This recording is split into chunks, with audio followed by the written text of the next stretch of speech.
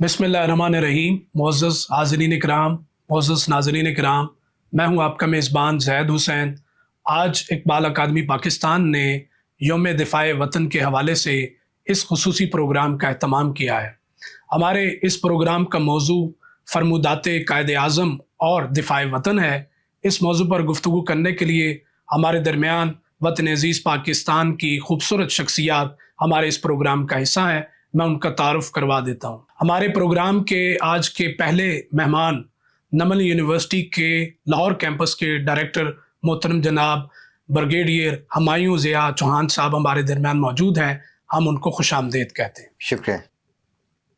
हमारे प्रोग्राम के दूसरे मेहमान पंजाब पब्लिक लाइब्रेरीज़ के डायरेक्टर जनरल मोहतरम जनाब काशिफ मंजूर साहब हमारे दरमियान मौजूद हैं। हम उनको भी खुशामदीद कहते हैं। शुक्रिया बहुत।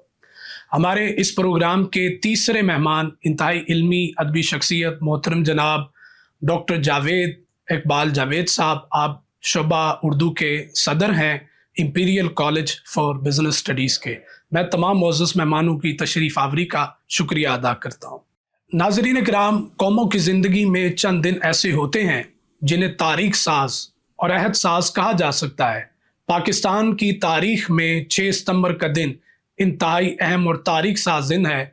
इस दिन दुश्मन ने हम पर हमला किया और वो ये समझता था हम बहुत कमज़ोर हैं, लेकिन जब दुश्मन ने हमला किया पूरी कौम ने अज़्म व यकीन के साथ ईमान और इत्तेहाद की कुव्वत के साथ दुश्मन का डटकर मुकाबला किया और उसे शिकस्त से दो चार किया। इस दिन में पेश की जाने वाली कुर्बानियों को और गाजियों को सलाम पेश करने के लिए खुसूसी तौर पर मनाया जाता है। आज इन तमाम मौज़ूआत पर हम बात करेंगे और फरमूदाते कायदे आज़म की रोशनी में हम जानेंगे कि दिफ़ाए वतन किस तरह मुमकिन बनाया जा सकता है।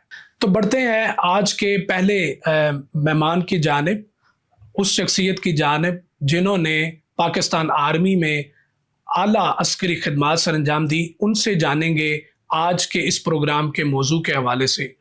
तो डॉक्टर साहब, 6 सितंबर मारका हक साबित हुआ, दुश्मन को हमने मुंह तोड़ जवाब दिया, तो इस दिन की हवाले से आप क्या फरमाएंगे? बहुत शुक्रिया आपका मुझे यहाँ मदऊ करने के लिए, और ख़ास तौर पे इकबाल एकेडमी के अंदर बैठना और फिर अदबी शख्सियात के अंदर बैठना मेरे लिए ये एक बहुत काबिल फ़ख्र बात है। और फिर दिफ़ाए पाकिस्तान के ऊपर बात करना, यौम दिफ़ा के ऊपर बात करना मेरे लिए एक बहुत ही फ़ख्र की बात है। पाकिस्तान का नक्शा अगर आप देखें या ग्लोब के ऊपर पाकिस्तान को देखें तो आपको अंदाज़ा होता है कि हम हर तरफ से मुश्किलात में ज़्यादा घिरे हुए हैं और कुछ थोड़े से दोस्तों की वजह से जो है स्टेबिलिटी रहती है।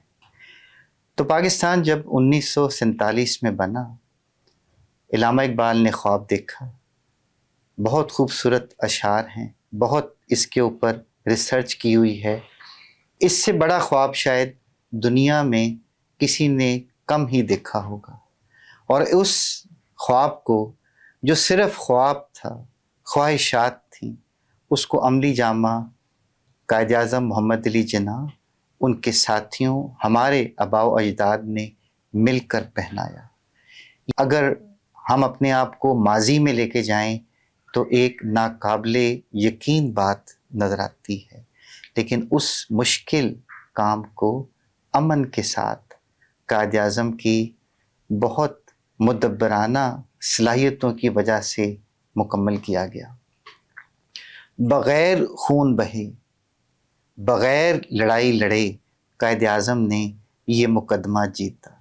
जो खून बहा वो मुल्क बनाने में नहीं बहा, वो बहा जब लोग महाजिरीन जा रहे थे।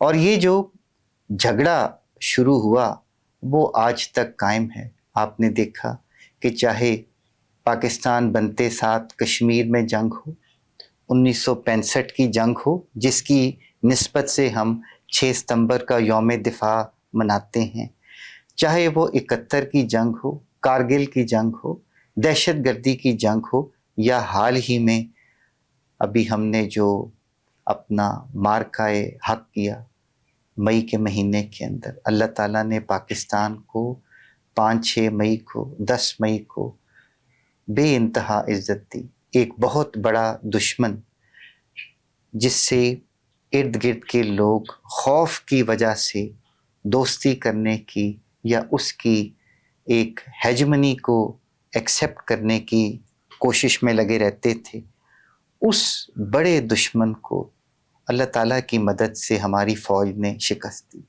और जैसे सब लोग कहते हैं कि जंगें सिर्फ फ़ौजें नहीं लड़ती, जंग तमाम मुल्क के लोग मिलकर लड़ते हैं। अगर इस मौके पे चाहे वो 65 की जंग थी या अभी मार्काए हक था, बनियानुल मरसूस था, अगर हम मुत्तहिद ना होते, सब मिलकर इकट्ठे ना होते, इस तमाम चीज़ों को बालाए ताक रख कर के किसी की क्या सियासी सोच है, फ़िरका वराना सोच है, मजहबी सोच है, इन सब से ऊपर हो के सिर्फ पाकिस्तानियत की बात करके जब लड़ते हैं, कोई दुनिया के अंदर ताकत हमें शिकस्त नहीं दे सकती, कोई दुनिया के अंदर ताकत हमें नीचा नहीं दिखा सकती। वरना हमसे ज़्यादा असला हमारे दुश्मन के पास है, हमसे ज़्यादा असला 1965 के अंदर दुश्मन के पास था, हमसे ज़्यादा कई गुना बड़ी फ़ौज उनके पास थी। तब भी मई के महीने में भी, अभी 2025 में, कई लोग जब इसका हिसाब करने बैठते हैं तो मैथमेटिक्स के जवाब में तो नज़र आता है कि ये हो ही नहीं सकता था। लेकिन ये इत्तेहाद है, जज्बा है, पेशा वराना सलाहियत है फ़ौज की, और एक अल्लाह ताला का करम है कि इस नेमत को, जो तोहफ़ा अल्लाह ताला ने रमज़ानुल मुबारक के महीने में मुसलमानों को पाकिस्तान की शक्ल में दिया, उसकी इज़्ज़त अल्लाह ताला जो है वो कायम रखता है। तो इस जज्बे को आपने किताबों में पढ़ा, और हमारी ये कि हम इसको कह सकते हैं खुशकिस्मती कि अभी हाल ही में इसको आजमाया भी गया, हम सब ने देखा इसको। जी, बहुत शुक्रिया बुरगट साहब। बुरगट साहब ने जिस तरह, काशिफ साहब आपकी तरफ बढ़ूंगा, फरमाया कि हाल ही में एक दफ़ा फिर बुनियानुल मरसूस मार्के की सूरत में पूरी कौम ने, अफवाज पाकिस्तान ने, उसके साथ साथ पूरी कौम ने अज़्म यकीन के साथ दुश्मन को बड़ी ज़िल्लत आमेज़ शिकस्त से दो चार किया।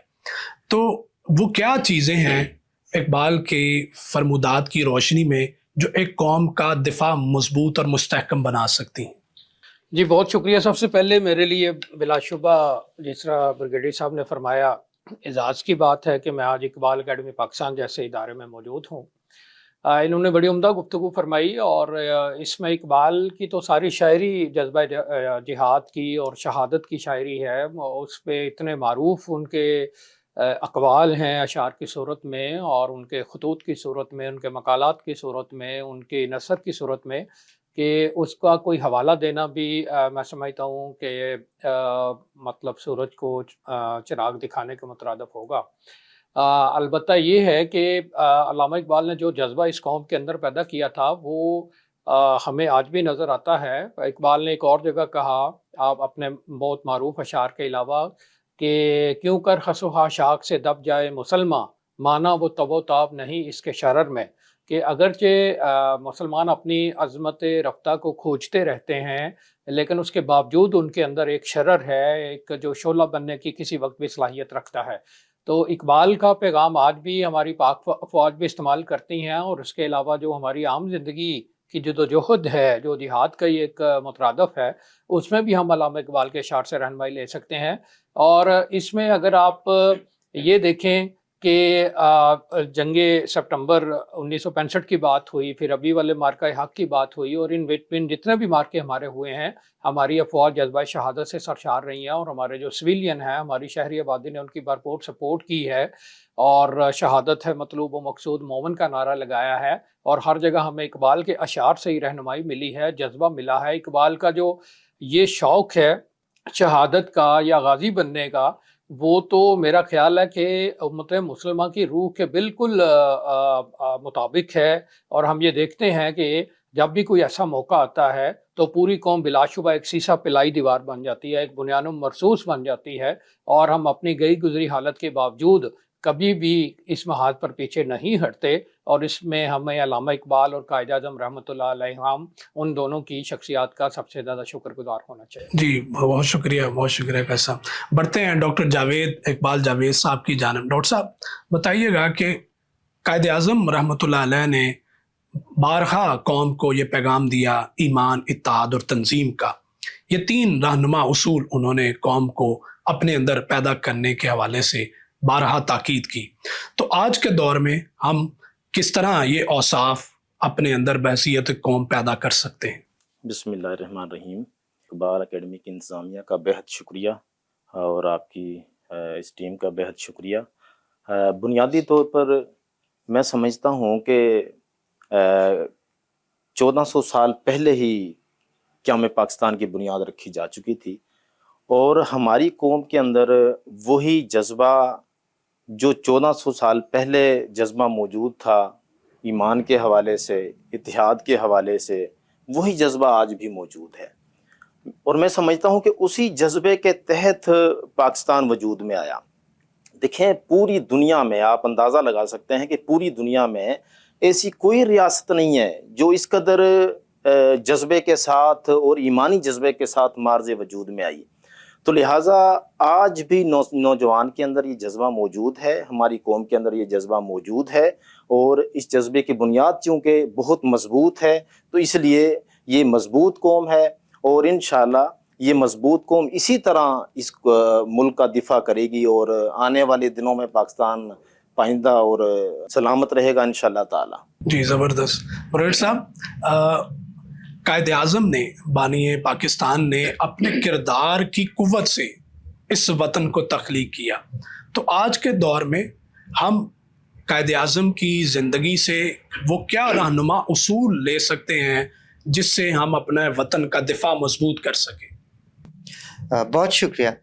मेरा ख्याल है कि जो एक बड़ी बात हमें कायद आज़म की शख्सियत में नज़र आई कि उन्होंने डायलॉग, बातचीत के ज़रिए लोगों से एंगेज किया। चाहे वो अंग्रेज़ साम्राज्य थे, चाहे कांग्रेस के बड़े बड़े लीडर थे, उनसे चाहे इख्तलाफ राय किया हो या उन्होंने उनकी बात को कभी माना हो। कई जगहों पे, जैसे एक दफ़ा कायद आज़म को कुछ अरसे के लिए लगा कि शायद ये बहुत मुश्किल काम है, लेकिन फिर दोबारा उन्होंने एक बेड़ा उठाया और डायलॉग को नहीं छोड़ा। सो एक सबक जो हम कायद आज़म की शख्सियत में देख सकते हैं वो है मुस्तकिल मिजाजी के साथ डायलॉग को जारी रखना। अगर हम, चाहे वो दहशत गर्दी की जंग पे डायलॉग हो, चाहे वो हमारी सिंतास मुआहदे के ऊपर बातचीत हो वर्ल्ड बैंक के साथ, किसी और मुल्क के साथ, चाहे वो हमारी क्लाइमेट चेंज के लिए बातचीत हो कि जैसे आजकल बहुत ज़्यादा सिक्योरिटी के मसले हमें क्लाइमेट चेंज से भी उमड़ते हुए नज़र आते हैं। तो उन तमाम के लिए ये दुनिया है जिसमें 200 से ज़ायद ममालिक हैं। तारीख़ क्या कहती है कि जिस मुल्क के दोस्त ज़्यादा थे, आप उठा के देख लें जंग अज़ीम पहली, जंग अज़ीम दोम या कोई और जंग, कि जिन मुल्कों के दोस्त ममालिक ज़्यादा थे उन्होंने जंग जीत ली। तो एलाइड हों, एक्सेस हों, आप एक लिस्ट बना के देखें तो क्या है, डायलॉग को जारी रखना चाहिए। आपने देखा पिछले कुछ अरसे से इंतहाई मुश्किल हालात में कि जब इंडिया हर तरह से हमारे ऊपर जो है वो जंग मुसल्लत करना चाह रहा था, हमारी पॉलिटिकल और मिलिट्री यानी सियासी और फौजी लीडरशिप ने डायलॉग को जारी रखा। आज हम देखते हैं कि वो ममालिक जो समझते थे कि इंडिया की तरह के बड़े जाइंट के सामने पाकिस्तान खड़ा नहीं हो सकेगा, वो हमसे डायलॉग करना चाहते हैं। क्यों करना चाहते हैं? क्योंकि हमने उनके साथ एक मौजू जामे डायलॉग किया और अपनी एक بات کو تسلیم کروایا کہ پہلے کیا تھا، دشمن کہتا تھا کہ کشمیر ایک ہمارا باہمی مسئلہ ہے، ہم کہتے ہیں نہیں، یہ بین الاقوامی مسئلہ ہے۔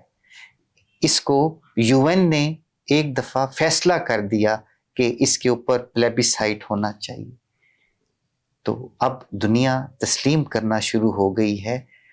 دنیا کے بڑے بڑے لیڈر، امریکہ کا صدر ہو، یو کے کا وزیر اعظم ہو یا اور لوگ ہوں، اس بات کو بار بار محفلوں میں، اپنی سپیچز میں کرنے پہ مجبور ہو گئے ہیں کہ کشمیر ایک بین الاقوامی مسئلہ ہے۔ تو ہم اگر علامہ اقبال کے اشعار کی نظر سے اس کو دیکھیں، اس کو کیسے پڑھا جائے کہ سبق پھر پڑھ، آج کی دور میں بھی سبق پھر پڑھ صداقت کا، جو نظر نہیں آتی دنیا کے اندر زیادہ، عدالت کا جس کا فقدان ہے، جی شجاعت کا جو کہ کر کے دکھایا، اور اس کی ہمیشہ ضرورت رہتی ہے۔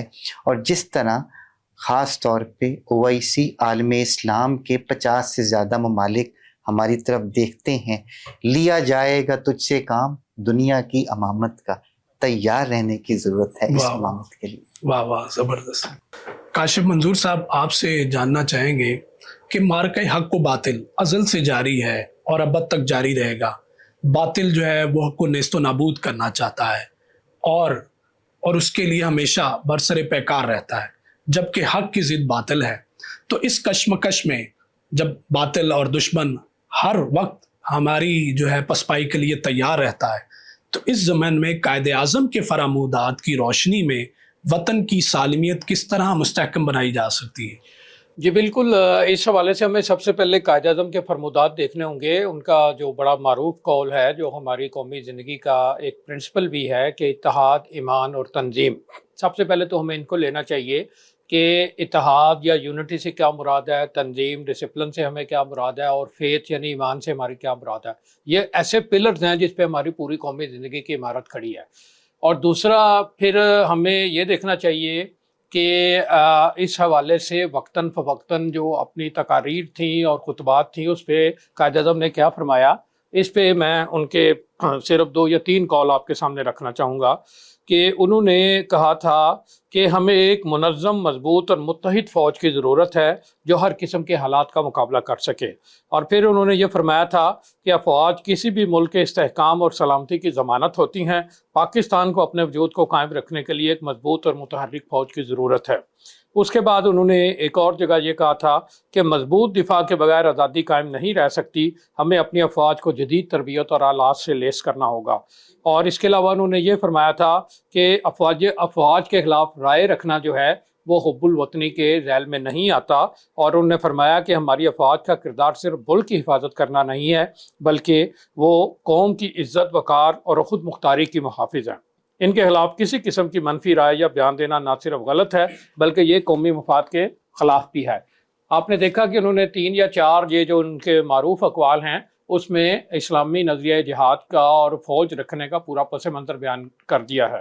اگر آپ اس کو 3 مختصر نکات میں ان کے اقوال کو لے کے آئیں، اس حوالے سے انہوں نے کہے ہیں، اس میں سب سے پہلے نظم و ضبط ہے، اس کے بعد استحکام ہے، اور اس کے بعد اپنی دفاعی قوت کا برقرار رکھنا ہے۔ تو اس وقت یہ قرآن کے بالکل اس نظریے کے مطابق ہے جس میں مسلمانوں کو حکم دیا گیا کہ جہاد کے لیے ہمیشہ اپنے گھوڑے تیار رکھو۔ تو جس طرح سے بریگیڈیئر صاحب نے فرمایا کہ اس وقت ہم تقریباً حالت جنگ میں ہیں، اور یہ حالت جنگ ہمارے قیام پاکستان سے ہی ہے۔ آپ اندازہ کریں کہ جب 65 کا مارکہ ہوا تو جس لائبریری میں آج میرا دفتر ہے، قائد اعظم لائبریری، انہی کے نام میں نامی سے وہ منسوب ہے، تو انہوں نے یہ ایک زہر اگلا تھا کہ ہم لاہور پہنچ کر، اس وقت اس کی جگہ پر جم خانہ ہوتا تھا، کہ ہم اس کا جشن وہاں جام پی کر منائیں گے۔ اور اللہ کے فضل سے انہوں نے گھٹنے ٹیک دیے اور انہوں نے منہ کی کھائی، اور آج اسی عمارت میں قائد اعظم کے نام سے موسوم لائبریری ہے، وہاں پر پچھلے 40 سال سے زائد عرصے میں ہزاروں لیڈر تیار ہوئے ہیں پاکستان کے لیے، چاہے وہ سول سروسز میں گئے ہیں، ہماری مسلح افواج میں گئے ہیں، یا اس کے علاوہ زندگی کے دوسرے شعبوں میں انہوں نے قیادت فراہم کی ہے۔ تو اگر ہم اپنے گھوڑے تیار نہیں رکھیں گے اور آج کے جدید دور میں اس کے مطابق اپنی اسلحہ جاتی تیاری اور اس کے علاوہ باقی جو جدید ٹیکنالوجی جس کا ابھی مظاہرہ ہم نے آپریشن بنیان مرصوص کے دوران مئی میں دیکھا، تو میرا خیال ہے کہ ہم صرف جذبے سے اس طرح شکست نہیں دے سکتے، ہمیں اپنے گھوڑے بھی تیار رکھنے ہوں گے، ہمیں اپنی ٹیکنالوجی کو بھی تیار رکھنا ہوگا، اور ہمیں ہر وقت پادر رکاب رہنا ہوگا۔ اس کے علاوہ کوئی طریقہ نہیں ہے کہ ہم اپنی آزادی کی حفاظت کر سکیں۔ قائد اعظم نے قائم پاکستان کے بعد بمشکل 1 سال کی زندگی گزاری، اور اس میں ان کے بلا شبہ سینکڑوں بیانات ہیں، اقوال ہیں، تقاریر ہیں، پیغامات ہیں، جس میں انہوں نے اسی چیز پہ زور دیا کہ آپ کو آزادی بڑی مشکل سے ملی ہے اور یہ لاکھوں قربانیوں کے بعد ملی ہے۔ تو میں یہ سمجھتا ہوں کہ اگر جنگ ستمبر کو سامنے رکھا جائے، دفاع وطن کو مجموعی طور پہ سامنے رکھا جائے، تو قائد اعظم کے یہ جو اقوال ہیں یہ آج بھی ہمارے لیے مشعل راہ ہیں۔ جی بہت شکریہ، زبردست۔ ڈاکٹر صاحب آپ کی جانب بڑھیں گے۔ جس طرح کاشف صاحب نے ذکر کیا کہ جہاں افواج پاکستان نے معرکہ حق میں اپنا کردار ادا کیا، وہیں ہمارے عوام نے بھی اپنا کردار ادا کیا، تو موسٹلی عموماً یہی سمجھا جاتا ہے کہ دفاع صرف افواج سے ہی مستحکم ہو سکتا ہے، لیکن آپ اقبال اور قائد کے فرامودات کی روشنی میں اس پر بات کیجیے گا کہ عوام کس طرح دفاع وطن کو مضبوط بنا سکتی ہیں۔ جی بہت شکریہ۔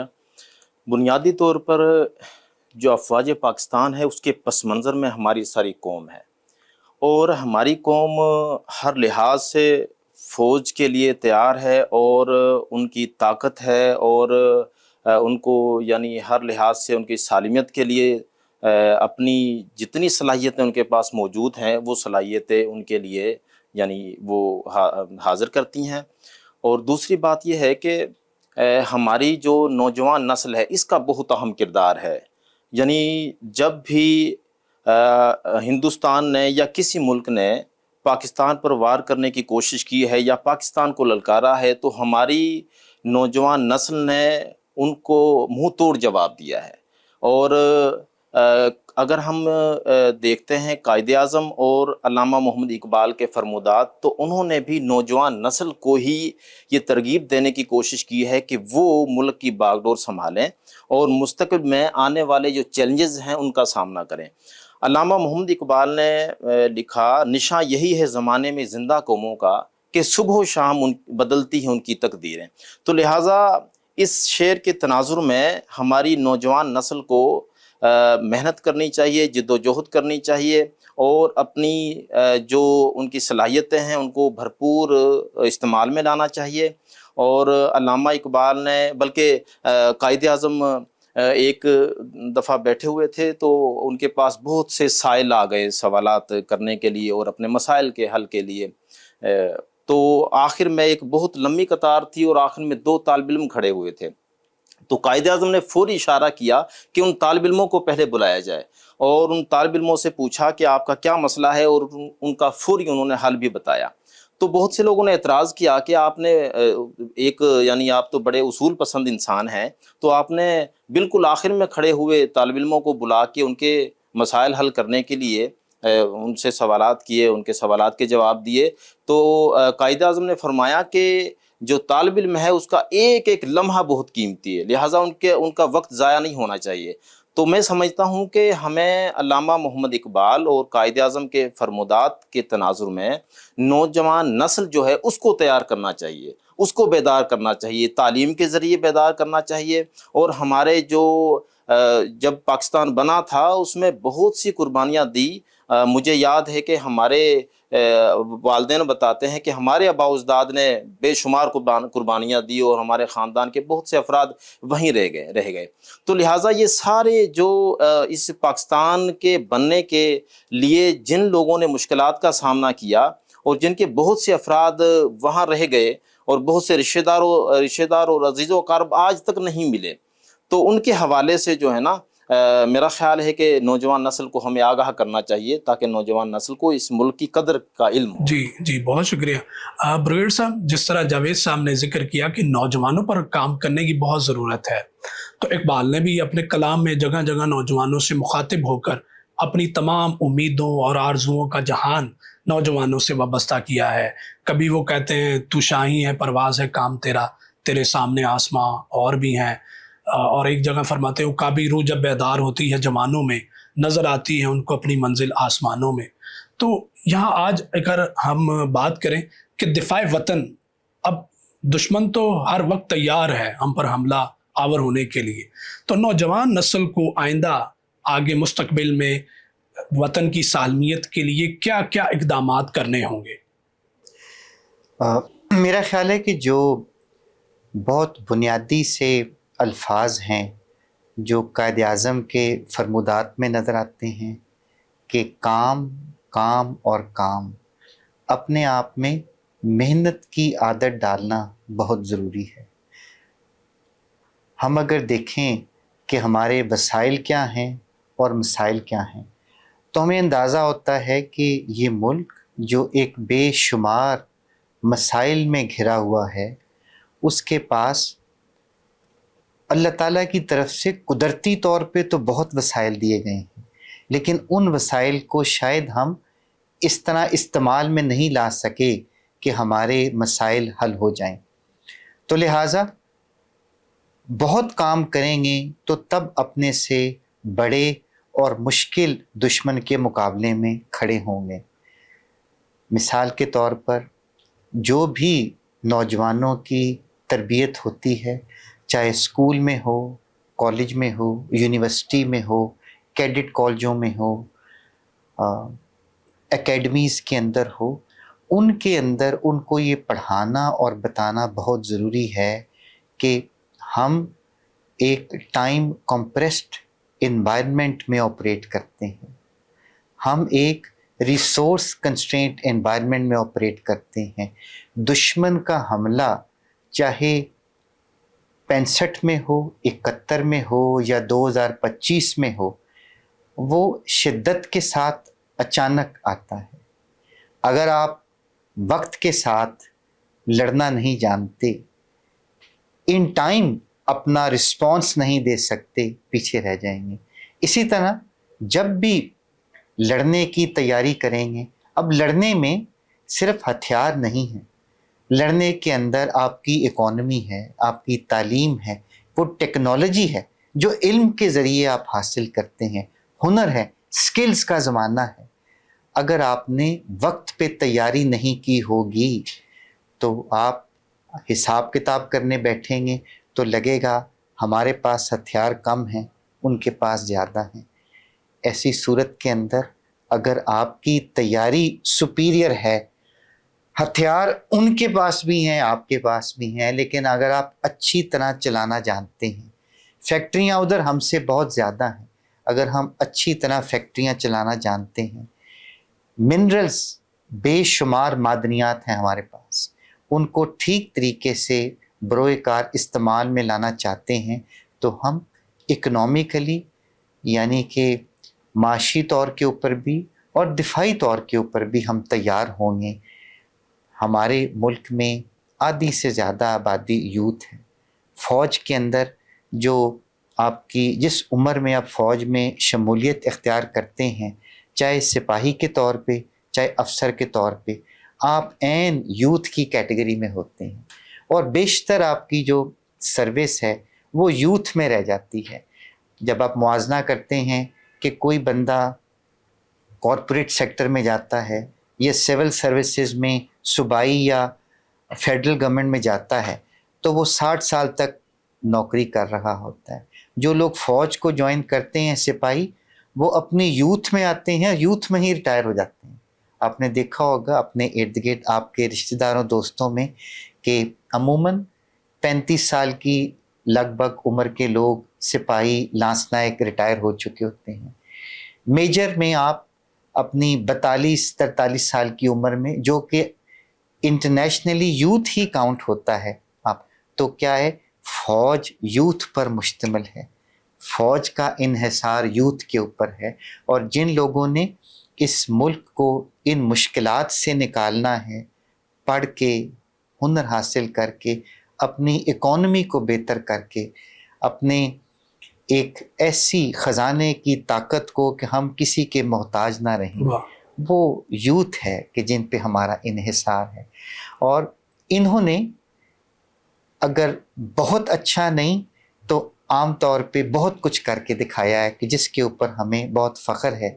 और ہم دعا کرتے ہیں، امید کرتے ہیں کہ انشاءاللہ ہماری یہ جو ایک طاقت ہے یوتھ کی، اب آپ دیکھیں کہ ہماری لیڈرشپ کے اندر بھی مختلف فیڈرل گورنمنٹ کے اندر، صوبائی لیول کے اوپر، وزراء کے اندر، بہت بڑے بڑے افسروں میں یوتھ کی ریپرزنٹیشن نظر آتی ہے، نہ صرف مسلمان بلکہ مختلف مذاہب سے، مختلف آپ کو جو سیکٹ سے بھی نظر آتی ہے، ہر طرح کی جینڈر کے اندر، خواتین کے اندر، جو کہ ایک بہت خوش آئند بات ہے۔ زبردست زبردست۔ کاشف منظور صاحب، جس طرح برگیڈ صاحب نے فرمایا کہ بلا شبہ نوجوان نسل کسی بھی قوم کا روشن مستقبل ہوتی ہے، اور قوم کے نوجوان اگر ذہنی اور فکری طور پر راست روی کو اختیار کر لیں تو وہ قوم ترقی اور خوشحالی کی منزل کو پا سکتی ہے۔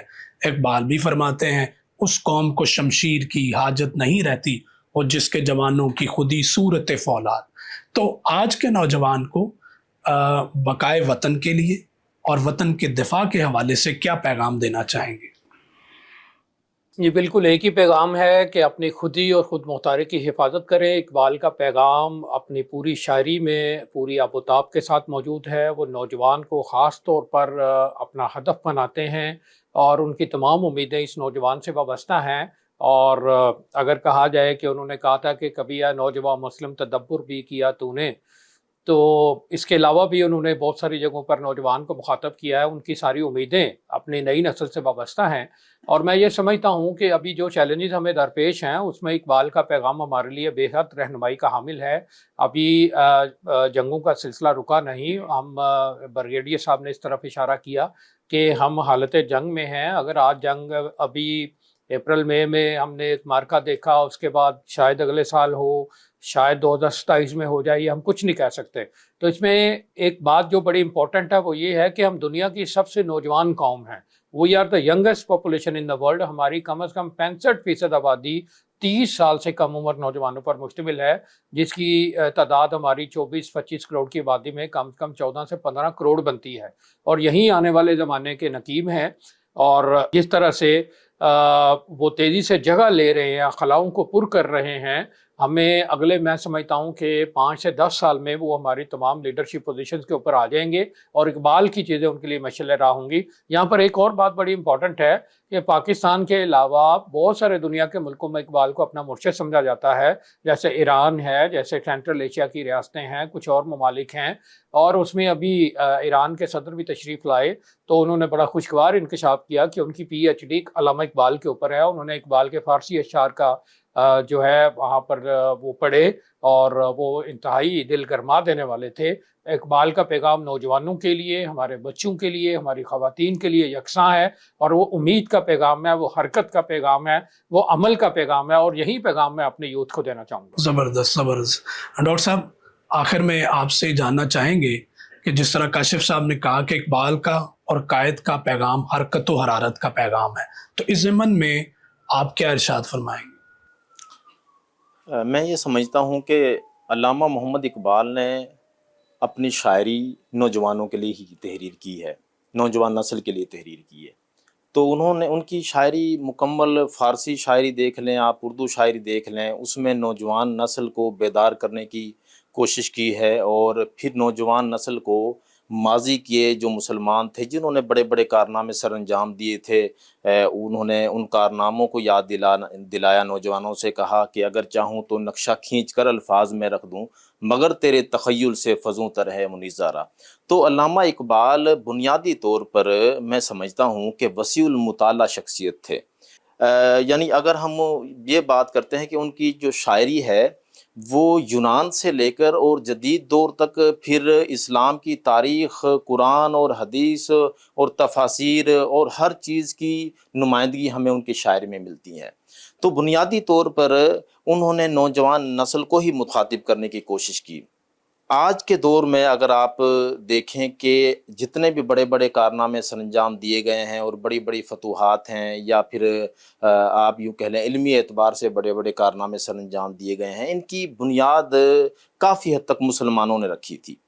تو اقبال نے یہی بات نوجوانوں کو باور کرانے کی کوشش کی کہ تمہارے آباء و اجداد نے بڑے بڑے کارنامے سر انجام دیے تھے، لہٰذا آپ ان سے سبق سیکھیں اور آپ بھی بڑے بڑے کارنامے سر انجام دیں۔ اور اقبال بنیادی طور پہ جو خودی کا تصور ان کا ہے، وہ یہ چاہتے ہیں کہ نوجوان نسل کے اندر چھپی ہوئی جو صلاحیتیں ہیں وہ صلاحیتوں کو بروئے کار لائیں۔